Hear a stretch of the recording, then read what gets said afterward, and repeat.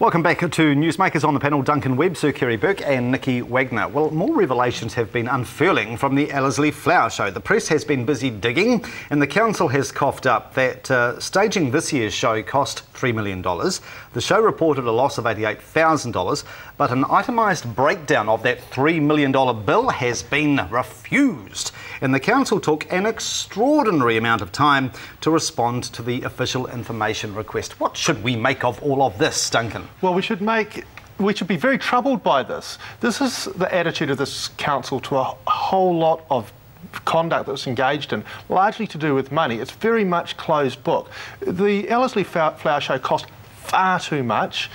We paid well over the odds for it. Now it's losing money, and frankly, why, when it's ratepayers' money, can we not see it? And the kind of two-step that we see, saying, oh, it didn't really cost us money because this was paid from a surplus from last year, is just fatuous. Be honest. If you've got the mandate to do these things, that's fine. But to get that mandate, you've got to be utterly transparent about what it's costing and why we're doing it. There was an interesting line taken by the press in the editorial this week, and personally I think they hit the nail on the head. Absolutely. The show seemed to be a huge success this year, and we should be celebrating that. It drew tens of thousands of out-of-towners, but this unwillingness of the council to show transparency is just illogical, isn't it? I agree. I think that the Yardley show is a great thing for Christchurch. I think the Garden City, it ties in with where we want to go. I think it's a real shame that we end up bogged down in all this sort of trivia stuff around it.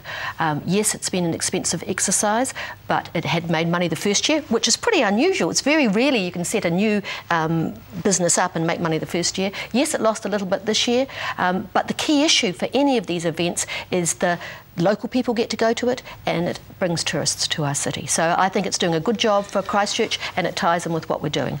All right, how do you see it, Sir Kerry? Flower show, yes. Secrecy, no.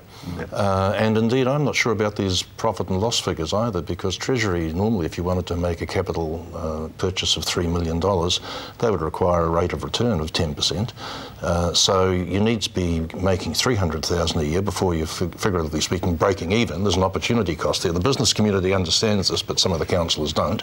Most of the councillors don't. So even the first year, $244,000, that's actually technically a loss, because they've invested $3 million. It's not a free gift of $3 million.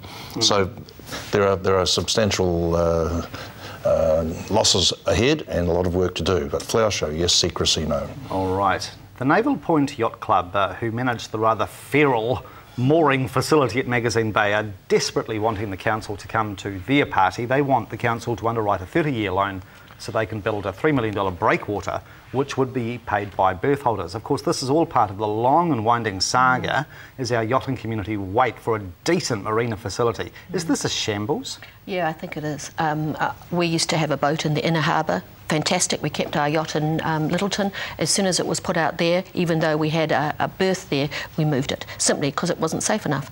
And I think the whole thing is a shambles, because I think we should be looking at the whole of Littleton. We should be looking at the cruise ships that want to come in here. We should be looking at recreational opportunities. We should be looking at yachting. We should be looking at land-based stuff. And I think it's an opportunity waiting to happen. And I'd like to see everybody get together and make it happen and really get a good answer out of this. It's an opportunity. A couple of quick comments? Yes. Yeah. I mean, it was very quick. A marina can be a great social and commercial hub, you know, and what we've got there is something which is wrecked and not functional, and it's time to get it fixed and recognise that it's as important part of our infrastructure as other parts of the city and parks and recreational facilities. All right, we'll come to your heroes and villains of the week. Free shot time. You can set the world to rights. 30 seconds apiece, Nicky. My heroes are all the policemen and the policewomen who worked for 6 months on the P-Labs, and they got a really good result, the best finding ever in Christchurch. So they're my heroes. Good stuff. Duncan?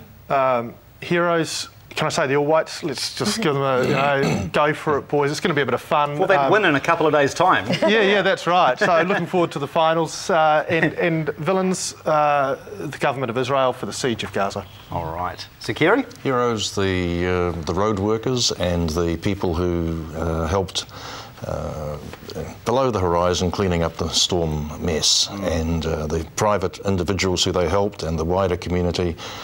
Yeah, they're great heroes because they're out there when you need them, and they're not seeking gold medals.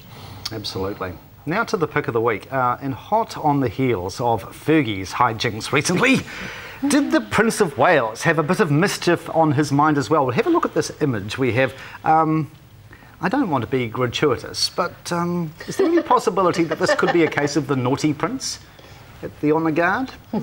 Certainly sizing up the troops, don't you think? To the Newsmakers poll, last week's question, does Andy Hayden deserve to be retained as a Rugby World Cup ambassador? As you can see by the result, we needed a recount on this. This was such a close run thing.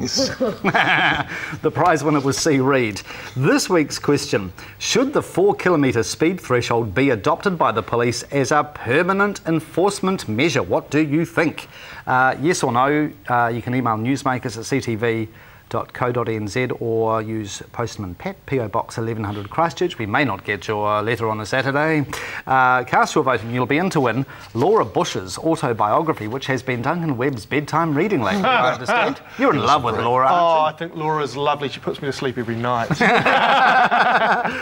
Also, we'll throw in some McDonald's treats just to keep the Ministry of Health happy with us.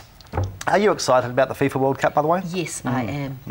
I don't know about the times they're showing it. I think I have to get up in the middle of the night to watch it.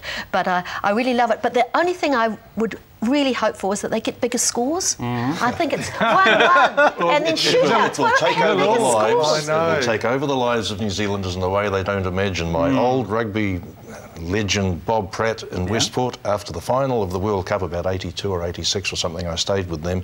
He turned to me, a rugby man to his boot. Well, I don't know what I'm going to do now. It had captured him so much, you know, and it will. And it'll be great for a month. Yeah. I actually have a sneaking suspicion we are going to pull out a really big surprise result against one of the teams, at least. There you go. I just have that feeling in the waters. We're going to roll Italy. Italy would be a good scalp. In the first round or the second round? Exactly. All right, enjoy the FIFA World Cup, won't you? Thank you very much to our very esteemed panel, Nicky Wagner.